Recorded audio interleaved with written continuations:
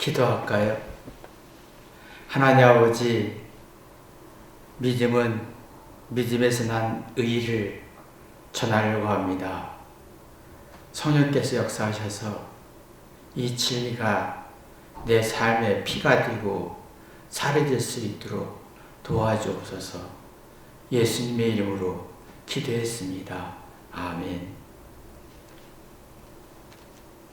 로마서 9장 30절 그런즉 우리가 무슨 말 하리요? 의를 쫓지 아니하는 이방인들이 의를 얻었으니 곧 믿음에서 난 의요 라고 했어요. 사도 바울이 믿음에서 난 의요라는 말을 왜 썼을까?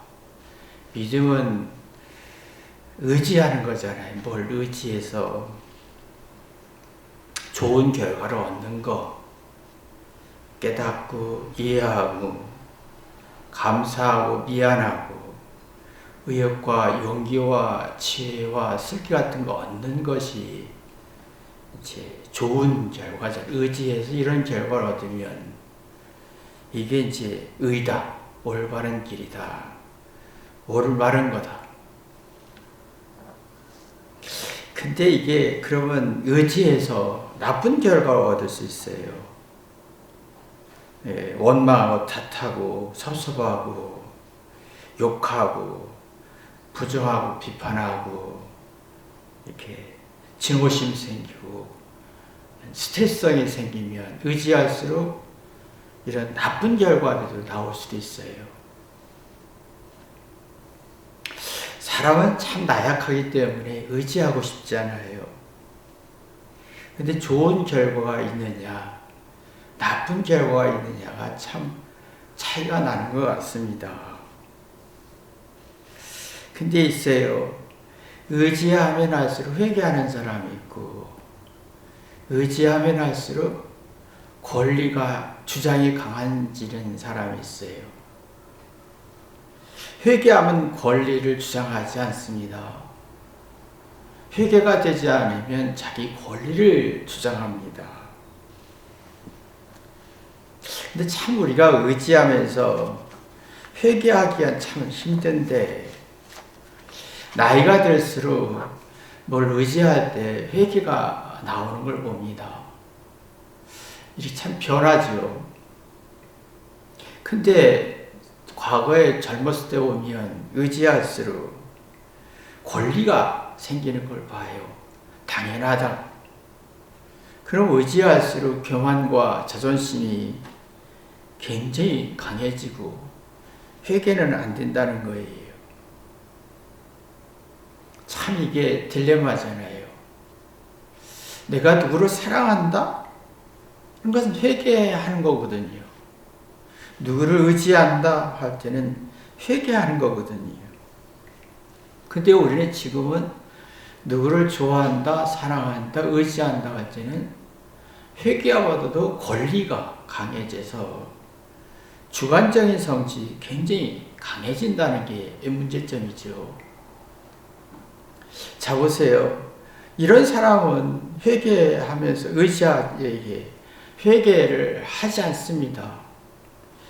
이게 있습니다. 고사리가 그냥 먹으면 독이 있어서 몸이 해롭고 이 독에 약한 사람은 죽을 수도 있어요. 근데 고사리를 살짝 삶아서 먹으면 그렇게 맛있고 건강한 음식이 될 수 있어요. 근데 내가 잘했다, 우월하고 똑똑한 것 속에서 이걸 의지하잖아요. 사람들이. 내가 우월해, 난 똑똑해, 머리가 좋아, 내 말이 맞아 하면서 의지를 한단 말이에요. 근데 거기서 합리적인 의심이 없어요. 그럼 독이 되는 거예요. 이 자존심이 세워지면서 주장이 강해지고 자기 뜻대로 안 되면 화를 내고 불쾌하고 비웃고 굉장히 괴롭힘을 주고 싶어지는 독이 만들어져요. 내 잘하는 걸 의지할수록 회개하지 않으면 독이 만들어져요. 근데 잘하는 것 가지고 회개하면 자기의 잘못, 주장, 자기가 주장하고 맞다고 하는 게 한번 합리적 의심을 해보면 더 잘할 수 있고, 더 효력 있고, 내가 잘하는 게 90% 있고, 10% 못하는 게 있어도 10%를 합리적으로 쓸 수 있는, 효과 있게 쓸 수 있는 능력이 만들어지는 거예요. 그럼 잘하면 잘하는 걸 의지할수록 회개가 돼야 독이 안 생기고 내게 이익이 되는데, 근데 우리는 또 한 가지 반대로 잘못과 부족함을 의지하지 않으려고 그래요. 그러면 독이 생깁니다. 내가 싫다. 잘못한 거 싫다. 부족한 거, 열등한 거, 실수한 거 두렵다. 그러면 싫다. 그럼 감추게 되지요. 그 자존심으로 감추고 거짓으로 감추고 그러면 화와 분노의 독이 만들어집니다. 근데 이게 잘못과 부족함을 의지할 수밖에 없고, 왜? 내가 반복하게 잘못하고 있고 실수를 반복하니까 이걸 또 의지할 수밖에 없던 거거든요. 근데 사랑으로 회개한 사람은 이게 지혜로 슬기로 만들어서 영혼을 쓰는 좋은 결과를 얻는 거예요. 잘했든 못했든 간에 의지할 수밖에 없고, 잘한 것도 의지할 수밖에 없고 잘못한 것도 의지할 수밖에 없는 거거든요. 그래서 여기서 의지했을 때 좋은 결과를 가져오면 믿음이라는 게 생기고, 의지했을 때 나쁜 결과를 가지면 불신이라는 게 생깁니다. 여러분 지치고 피곤하고 번뇌가 많고 극한 스트레스가 쌓일 때 고향을 가거나 부모를 만나거나 또 자연 속에 들어가 보거나 추억 속에 들어가 봐요. 이건 뭐냐면 자기를 뒤돌아본다는 거예요. 생각해 보는 거예요. 내가 뭘 잘못했나? 뒤돌아보면서 좋은 생각이 깊어지고, 아, 그렇구나. 그래서 그랬구나. 회개가 되는 거예요. 그러니까 의지할수록 회개하는 사람하고 의지할수록 회개가 되지 않고 당연한 권리가 강해지는 사람하고 차이가 엄청난 차이 나는 거예요. 유대인들은 자기가 의지했어. 하나님 의지했어. 난 율법을 잘한다. 그럼 회개하지 않았어요. 이방인들은 나 같은 죄인을 사랑해 주셔서 감사합니다. 하나님 의지할수록 회개했습니다. 차이가 있죠. 유대인들은 절대 회개하지 않았습니다. 의지할수록 사랑한다고 해서 회개하지 않았어요.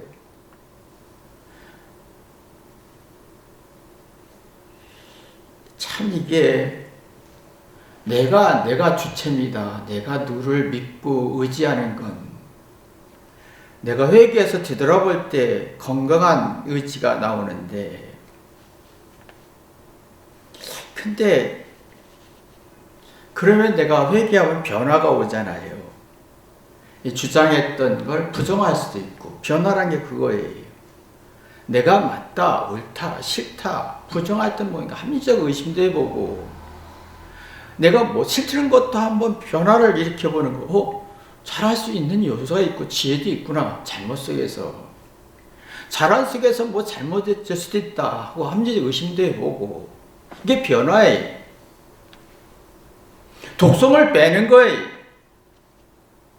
그럼 변화하면 객관적 이치가 생기면서 문제의 원인을 이제 파악하게 되고, 사례분별이 정신적으로 강해지면서 감당할 힘이 생기는 거예요.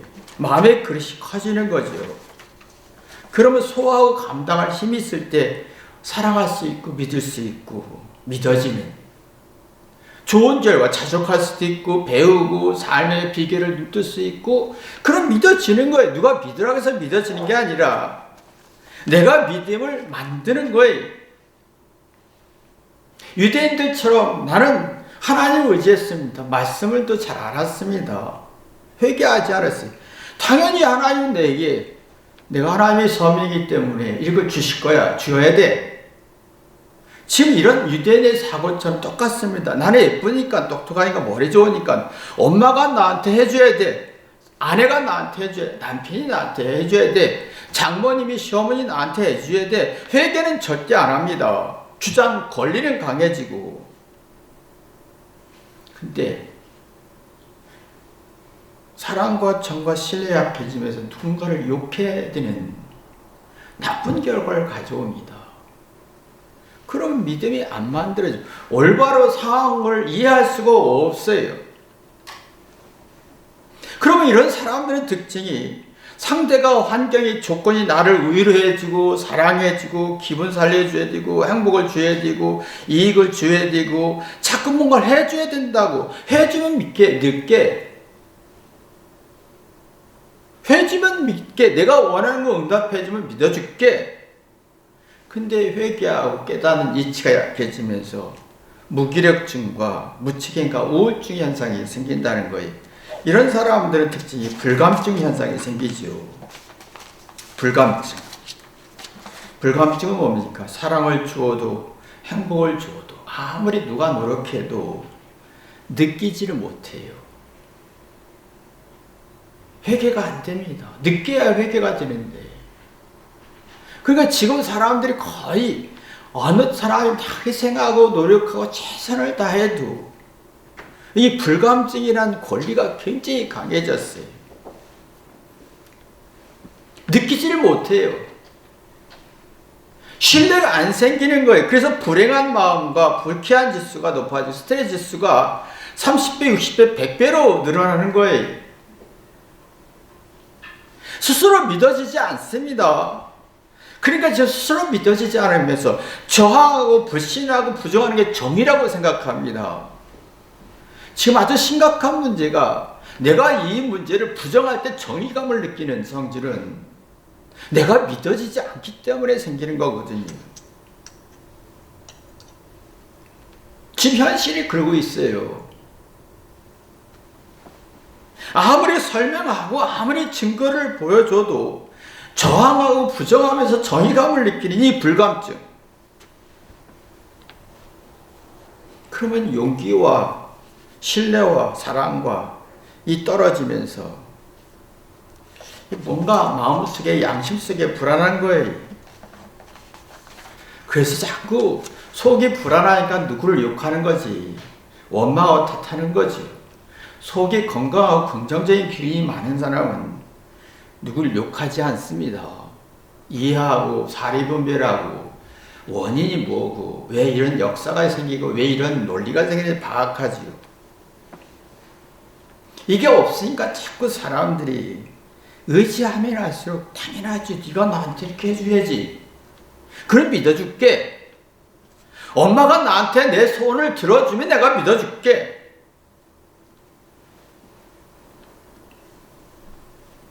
이게 굉장히 강해지고 있습니다. 불감증에 의한 정의. 누구를 부정할 때 자존심. 이게 참 말도 안 되는 주장을 지금 하고 있는 현실이죠. 저도 부모가 됐습니다만 나이가 들수록 자녀를 의지할 수밖에 없잖아요. 늙고 기억력도 없고 새로운 기술과 새로운 지식 막 발전하면서 의지하게 돼요. 의지하는 게 더 커지죠. 불안과 두려움이 긴장이 많아질수록 자녀를 의지할 수밖에 없습니다. 근데 회개했을 때 선악을 깨닫고 인생을 깨닫고 잠언과 전도서와 시편 90편 같은 내용들이 피와 살이 되면 자녀에 대한 미안함과 고마움이 따뜻한 좋은 결과, 좋은 감정 이 나오면서 올바로 인생을 파악할 수가 있고 이해할 수가 있어요. 근데 세월이 흐를수록 의지하는데 이게 자꾸 회개 없이 의지만 하려고 하면 짜증만 나는 거예요. 화만 나고 섭섭하고 상처만 있고 슬프고 헛다리 짚는 거죠. 똑같습니다. 자녀가 부모를 의지할 때 의지할수록 자녀들은 불안하잖아요. 어리니까 막 사회에 나왔고 사회에 적응해야 되고 돈을 벌어야 되는 입장에서는 막 불안하니까 부모를 의지합니다. 근데 의지할수록 회개하는 사람이냐? 그래서 깨달아서 자기 인생을 개척해 나갈 수 있는 사람이냐? 아니면 회개가 안 되어서 자꾸 자기 의존성이 발전해서 사회 부조한 현상이 생길 거냐?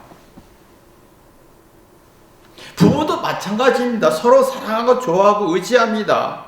서로 회개했을 때 서로가 함께 인생을 헤쳐나갈 수 있지만 서로 의지하면서 자신의 노력을 의지하면서 회개가 안 되는 사람은 자격이 주장되고 네가 나한테 이렇게 해줘야지라고 하는 불신을 만들어냅니다. 유대인들이 계속 불신을 만든 게 그거예요. 나는 하나님의 말씀을 잘 알고 의지했지만 회개하지 않았습니다. 근데 이방인들은 자꾸 하나님 의지하면서 회개했습니다. 우리는 본능적으로 나약한 존재입니다. 불안하고 나약하고 누구를 의지하고 믿고 살아야 하는 존재예요. 근데 참 누구를 의지하기 힘든 어떤 불안과 긴장이 있잖아요. 스트레스가 많아집니다. 근데 믿고 의지해야 되는데 그때 믿어지지 않잖아요. 그래서 하나님이 아담과 하와에게 내가 너의 형상대로 만들었다. 너는 나의 피요 내 살이다. 나와 같은 존 사랑의 힘을 주었습니다. 사랑과 연약함이 만나면 나 같은 사람 때문에 예수님이 하나님이 고생하고 희생했다는 미안함에 도움이 되지 못한 건 미안함에 이것만 인식하면 객관적 이치 속에서 잘못이든 잘했든 간에 깨달아 지혜를 얻지요. 그러면 좋은 결과 믿음이 생깁니다. 이게 참 중요한데 아이들이 0살 때부터 참 연약합니다. 불안해서 경계와 의심과 스트레스가 무지무지 많습니다. 엄마 아빠 외에는 다 울어요. 못 믿겠으니까. 근데 아이가 자라면서 엄마 아빠의 사랑을 받고 뭔가 자꾸 이제 자기 실수와 반복하면서 3살부터 이성적인 게 살아나잖아요. 그 엄마 아빠의 사랑에 이 자기의 연약함과 이게 만나면 이성적인 능력이 생기면서 잘잘못을 구분할 수가 있습니다. 선악을 구분할 수 있고 나쁜 결과가 좋은 결과를 구분할 수가 있습니다. 그 스스로 고쳐가면서 이게 이성적이고 지적인 호기심이 자기 개발에 이타적인 성질이 생기면서 신뢰가 생깁니다. 그러면 내가 은혜를 갖고 싶어, 엄마의 은혜를 갖고 싶어 하는 이성적 자기 스스로 문제를 풀어가는, 그래서 이성과 감성의 조화를 이룰 수가 있습니다. 그러면 잘했든 못했든 간에 문제를 풀어가면서 좋은 결과를 얻지. 그러면 개방적 마음, 개방적 사고 열린 마음이 생기죠. 있는 그대로 볼 수가 있어요. 그럼 고치죠. 뭐 좋은 결과가 있죠. 그러면 이제 믿어지는 겁니다. 엄마도 믿어지고 아빠도 믿어지는 거예요. 그러면 이게요, 참 이게 사랑이 우러나면서 이렇게 사는구나. 그러면 인생에 얼마나 험난한 세상에 삽니까? 그러면 헤쳐나가지요. 생각이 깊어지고 멀리 헤아릴 수 있고 통찰력도 나오면서 믿음이 자꾸 쌓아집니다. 근데 유대인들처럼 의지했는데 회개 안 되는 사람은 권력이 강해져. 하나님은 나한테 이렇게 해줘야 돼. 이방인을 구원하면 안 돼. 자기 자랑을 주장하지요. 점점 똑똑하고 지식이 많고 우월한데 회개 안 되고 이성이 약해지고 사랑을 모르고 이성이 약해지기 시작합니다. 감성이 강해지기 시작합니다. 그런데 이상하게 지금은요, 내가 많은 지식이 있으면 이성이 있다고 생각합니다. 지금 말투에서 이성적인 말투를 하는 사람이 거의 없습니다.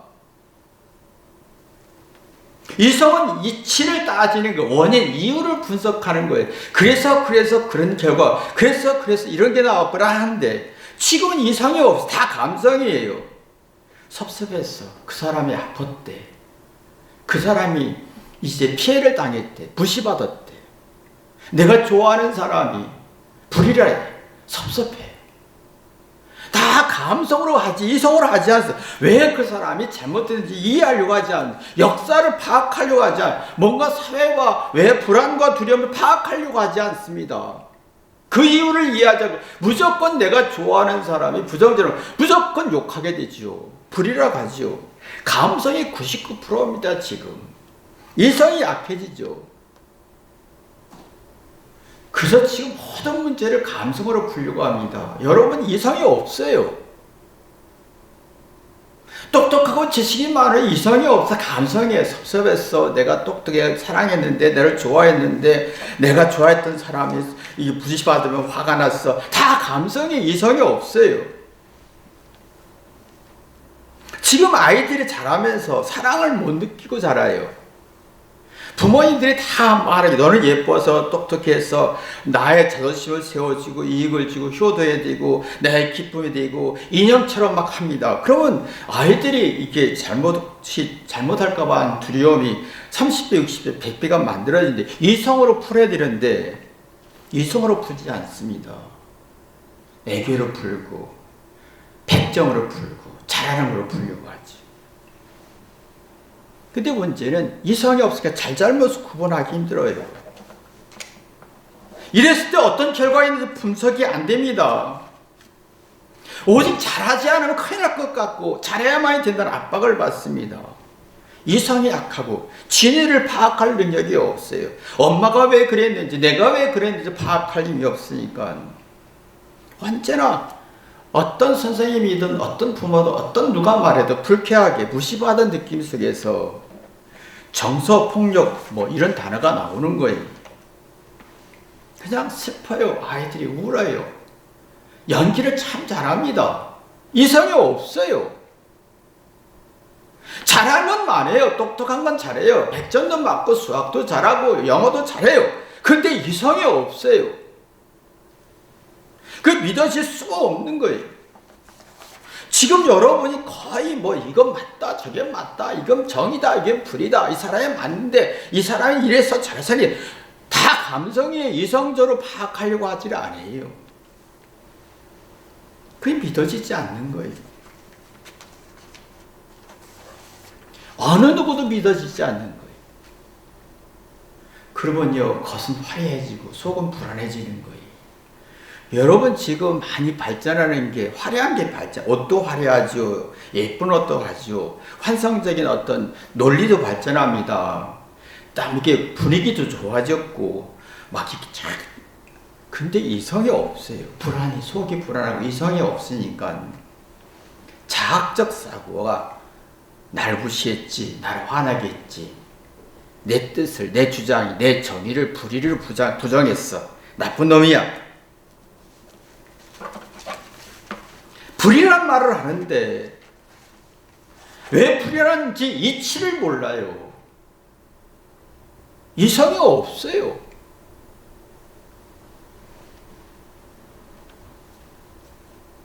불신만 가득하고 믿음이란 게 안 생깁니다.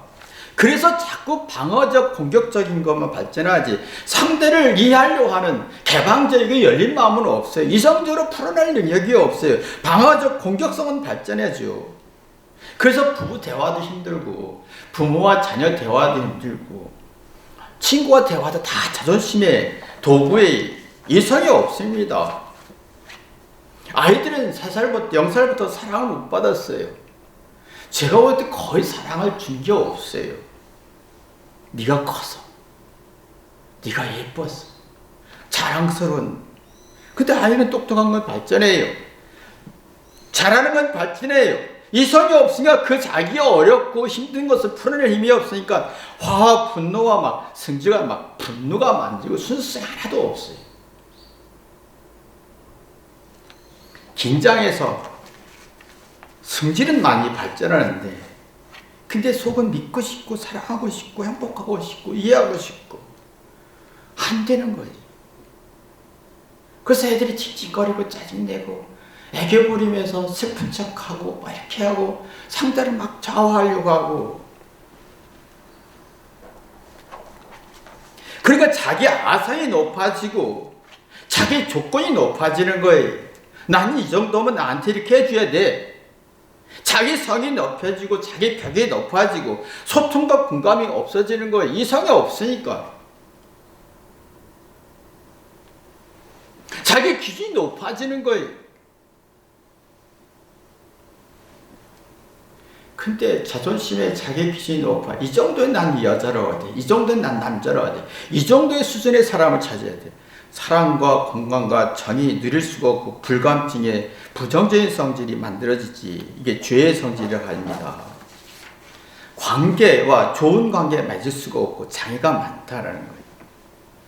그러면 네가 나한테 먼저 이렇게 나오지. 네가 나한테 먼저. 내가 너한테 이게 안 나옵니다. 자기 기준이 높아요. 자기 얘기 높고 그런 믿음이 안 생기죠. 유대인들이 그랬어요. 내가 똑똑하고 하나님의 백성이니까 기준이 높아요. 그러니까 이방인을 구원한다는 자체가 불신이 되는 거 무슨 말이냐라고 하는 거예요. 네가 먼저 회개해. 이게 나오죠. 그래서 누구를 신뢰하는 게 지금은 참 힘들어요. 누구를 신뢰하려면 그걸 이용하죠. 누구를 좋아하고 신뢰하면 그걸 참 이용합니다.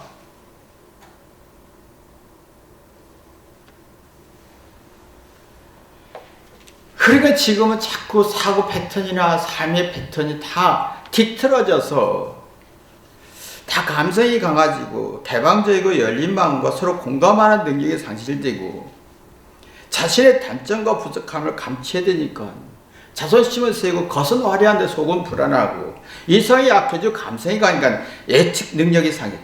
이랬을 때 이랬을 때 이런 게 결과 있겠다. 이게 눈 떠지지 않는 거예요. 이랬을 때 이런 결과 있겠다는 게 의식이 안 생기는 거예요. 그러니까 불안하고 예측 능력 상실되니까 비굴해지는 거예요. 자꾸 예측 능력이 떨어지면 불안해지고요. 용기와 담대함과 자신감이 상실되면서 비굴해지거든요. 자기를 속여요. 감성에다가 불감증에다가 자기를 속이고 결국은 누구를 욕하는 것밖에 없어. 올바로 이해할 힘이 없어요. 올바로 이해가 돼야 믿음이 생기는데 그 믿음이 생겨야 담대해지고 용기도 생기고 미안하고 자기 문제를 풀려고 하고 자기 문제를 풀다 오면 그래서 이성적이다 믿음이 생기는데 지금은 너무 불신이 많아지는 거예요. 지금 거의 바닥이 불신의 시작입니다. 그래서 불신이 많다 보니까 억울한 것밖에 없어요. 억울함이 깊어지죠. 난 잘못 없는데 엄마가 잘못이고 다 누가 잘못인 거예요. 내가 좋아하는 사람이 부정적 평가받으면 그 부정적 평가받으면 상대를 욕할 수밖에 없어요. 왜? 이성적 능력이 없고 왜 심판받는지를 이해를 못하는 거예요. 그 스스로 비굴해지는 거예요. 뭔가 자꾸 불신이 만들어지고 스스로가 용기도 안 만들어지고 억울하고 이게 뭔가 비굴해지는 자기 자신을 보니까 진실과 진심과 사리분별이 안 되고 순수성이 없고 누군가를 욕해야만이 스트레스 풀릴 것 같고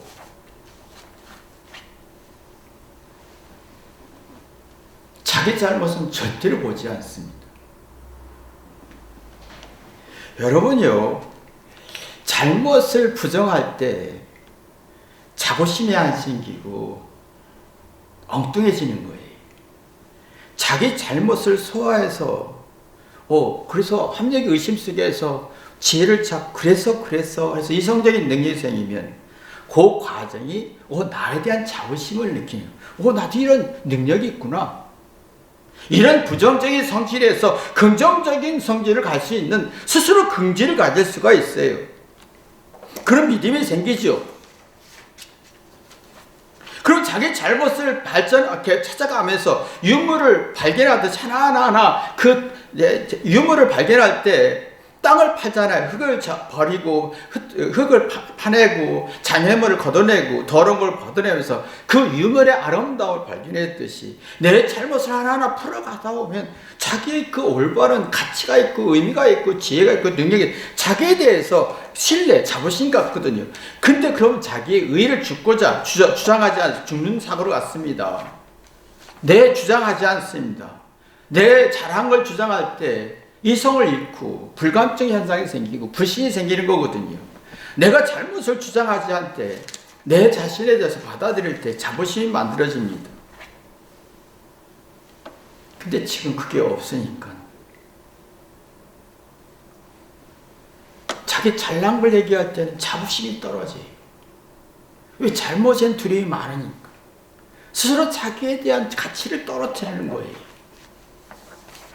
이런 사람은 엉뚱한 생각합니다. 그래서 여러분이 대화할 때, 자녀와 부모와 대화할 때, 상대, 친구와 대화할 때, 사람과 대화할 때 보면 상대가 엉뚱한 주장할 때가 있어요. 말도 안 되는 얘기를 해요. 그 사람은 정의롭고 똑똑하고 합리적인 얘기를 하는데 듣는 사람은 너무 엉뚱한 거예요. 이게 미쳤나? 몰라요. 근데 자기 속은 불안해지는 거예요. 그리고 스스로가 옹졸해지죠. 생각이 좁아지는 거예요. 누구들 믿고 의지할 수가 없어지는 거예요. 자기 자신은 신뢰가 안 돼요. 그러면 누가 아니야 라고 할 때는 막 화를 내지요. 아니라고 할 때 화를 내는 사람은 자기를 믿지 못한다는 거예요. 옹졸해졌다는 거예요.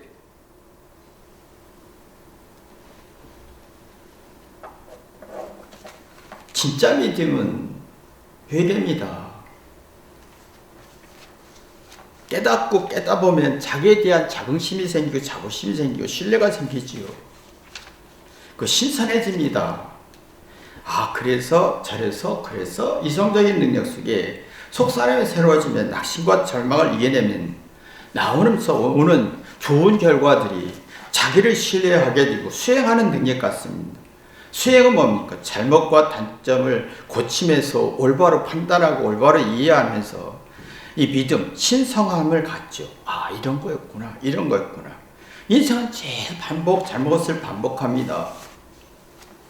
그러면서 내 자신 혹시 지적 호기심에 독창적인 자기만의 탐구력을 가져요. 그건 누구 원망하지 않고 회개하면서 진정한 믿음을 갖죠.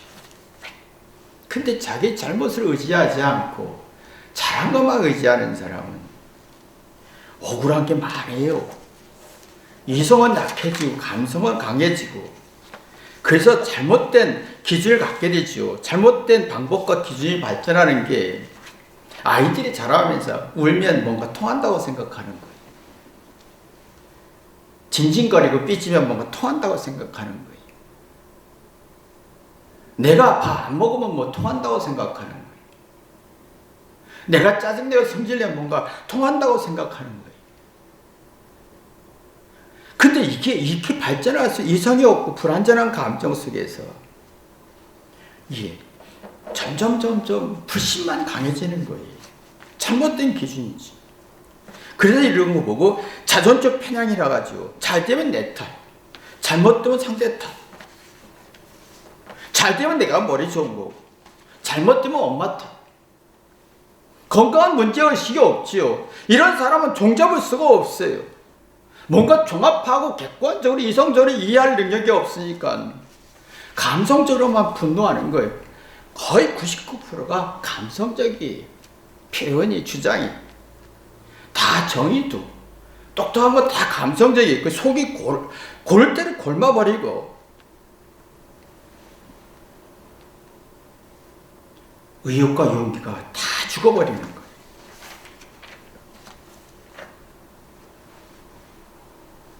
이게 불신만 만드는 거죠. 여러분이 진정한 의가, 믿음은 회개입니다. 이방인이 회개했습니다. 유대인들은 회개하지 않았습니다.